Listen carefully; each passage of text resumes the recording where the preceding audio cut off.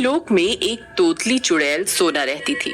सोना अपने माता पिता माया और भोलू के साथ रहती थी। तोतली चुड़ैल बहुत अच्छी थी और वो सबकी मदद करती, परंतु उसके तोतले होने के कारण चुड़ैल लोक की सारी चुड़ैलें उसका मजाक उड़ाती थी।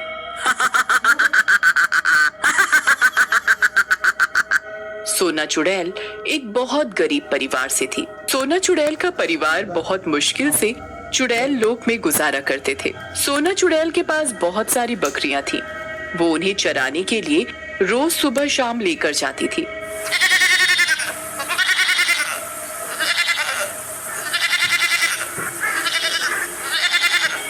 एक दिन सोना चुड़ैल शाम को अपनी बकरियों को चराने के लिए लेकर गई। चलो बकलियों, तुम सब अपना खाना खा लो, मैं थोड़ा इस पेड़ के नीचे बैठकर आराम कर लेती हूँ।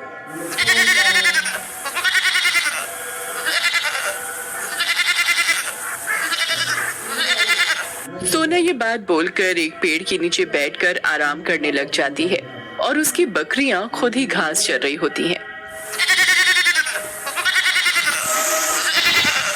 सोना आराम कर ही रही होती है, तभी उसके पास पेड़ के ऊपर से एक बहुत सुंदर सी ड्रेस आकर गिरती है।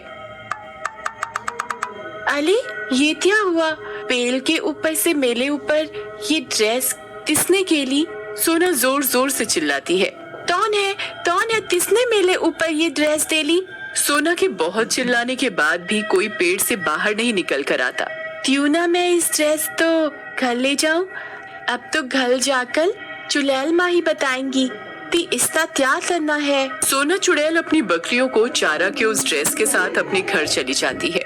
वो घर जाकर अपनी माँ को सारी घटना बताती है। माँ, मैं पेड़ के नीचे बैठकर आराम कर रही थी, तभी ये ड्रेस मेरे ऊपर आकर गिर गई। कोई नहीं बेटा, तुम चिंता मत करो, हम कल चुड़ैल रानी के पास चलेंगे और उन्हें ये ड्रेस दे देंगे। ये ड्रेस जिसकी भी होगी वो इसे उस तक जरूर पहुंचा देगी। मुझे अपनी गुरु माँ चुड़ैल पर पूरा विश्वास है। अगले ही दिन माया अपनी बेटी सोनू के साथ चुड़ैल रानी के पास जाते हैं। गुरु माँ, मेरी बेटी सोनू कल शाम बकरियों को चराने के लिए गई थी, तब वो एक पेड़ के नीचे बैठ गई, तभी उसके ऊपर ये ड्रेस आकर गिर गई। बिल्कुल सही बोल रही है मेरी माँ। गुरु माँ, कल रात मेरे साथ ऐसा ही हुआ। गुरु, हम तो ठहरे एक गरीब परिवार से, अपनी बकरियों का पालन पोषण कर उनका दूध सब चुड़ैलों को बेचकर ही अपना गुजारा बहुत मुश्किल से कर पाते हैं। भला इतनी महंगी ड्रेस का हम क्या करेंगे? और ये ड्रेस ना ही हमने अपने पैसों की खरीदी। गुरु माँ, ये ड्रेस जिसकी भी हो आप उसको लौटा देना। अरे ये ड्रेस मेरी ही थी, मैंने ही पटल लोक में ये ड्रेस एक दर्जी को दी थी। वो लौटाने ही आ रहा होगा कि ये ड्रेस बीच रास्ते में सोनू के ऊपर गिर गई।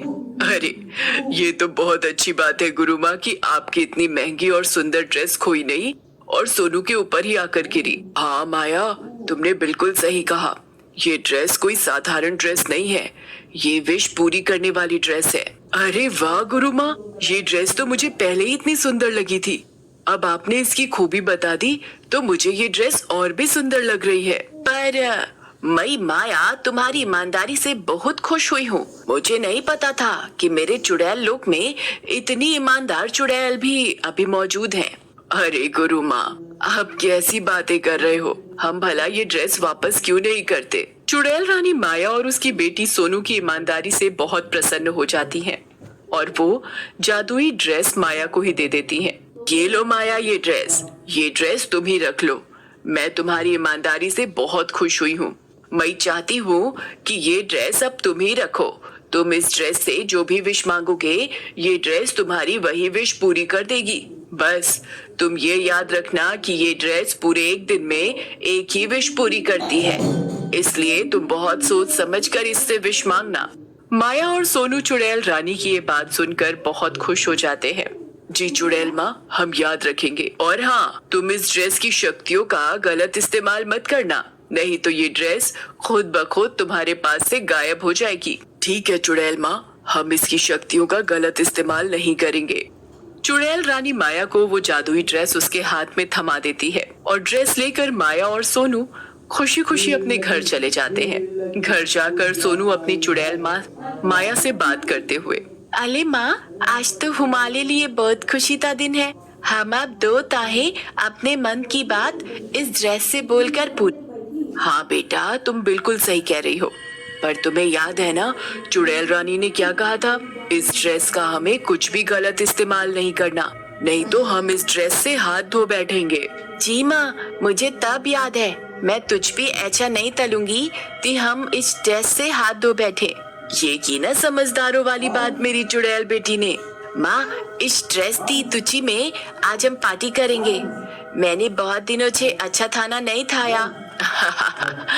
ठीक है बेटा, आज तुम्हारी ही पहली विश पूरी की जाएगी। आने दो शाम को तुम्हारे भूत पापा को, फिर हम तीनों मिलकर रात का भोजन करेंगे। शाम को तोतली चुड़ैल सोनू के पापा भोला काम से लौटकर घर पर आते हैं। अरे माया, मैं आज बहुत थक गया हूँ। आज मैंने बहुत सारा काम किया है। तुम जल्दी से जो भी रूखा सूखा बना है वो सब लगा दो। मुझे बहुत जोरों की भूख लगी है। अजी, आप रूखा सूखा खाना क्यों खाएंगे? आज तो आपको मनचाहा भोजन मिलेगा। चुड़ैल माया उसके पति भोला भूत और बेटी सोनू चुड़ैल के लिए ड्रेस से बोलकर तरह तरह के व्यंजन मंगवाती है। अजी, ये लो खाना। भोला खाना देखकर हैरान हो जाता है। वो देखता है खाने में तो बटर चिकन, कलेगी, खून का सूप और तरह तरह के व्यंजन थे। अरे, आज इतना सब खाना कैसे बना? घर में तो कुछ खाने के लिए इतना सामान मैं लाया ही नहीं था। अरे, हमारे ऊपर आज चुड़ैल रानी मेहरबान हो गई है।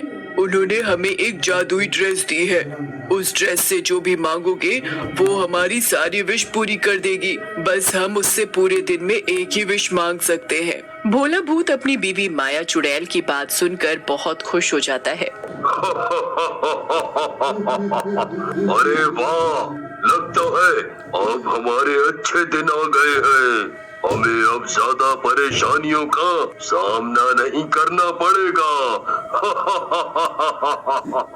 ठीक कहा आपने।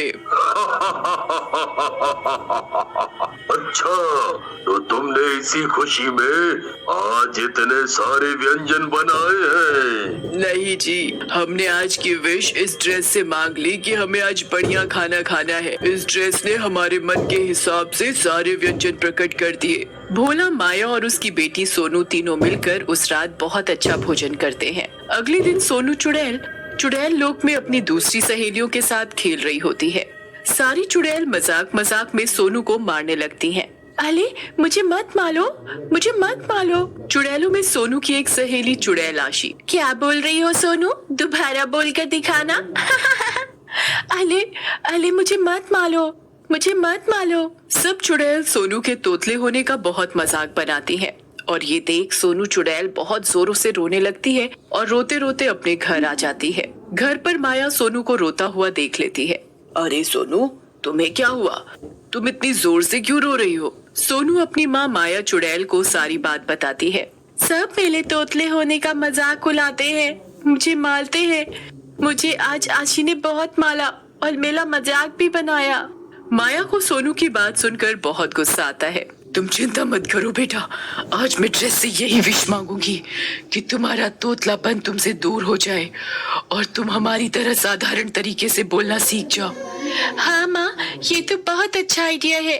मैंने तो इतना थप सोचा ही नहीं। रात होने पर माया चुड़ैल रानी की दी हुई ड्रेस से सोनू के तोतलापन को दूर करने की विश मांगती है। ड्रेस माया की विश सुन लेती है और उसकी बेटी सोनू का तोतलापन उससे दूर कर देती है। सोनू अब माया की तरह ही एक साधारण बोली बोल रही थी। उसकी बोली में बिल्कुल भी तोतलापन नहीं था। ये देख माया और सोनू बहुत ही खुश होते हैं। माँ, मैं बहुत खुश हूँ। मेरी सारी चुड़ैल सहेलियाँ मुझे तोतली तोतली करके बहुत चिढ़ाती थी। अब मैं बिल्कुल उनकी तरह ही बोल रही हूँ। अब मुझे कोई नहीं चिढ़ा पाएगा। हाँ बेटा, अब तुम बिल्कुल हम सब साधारण चुड़ैलों जैसी बात कर रही हो। मैं भी बहुत खुश हूँ। माया अपनी बेटी सोनू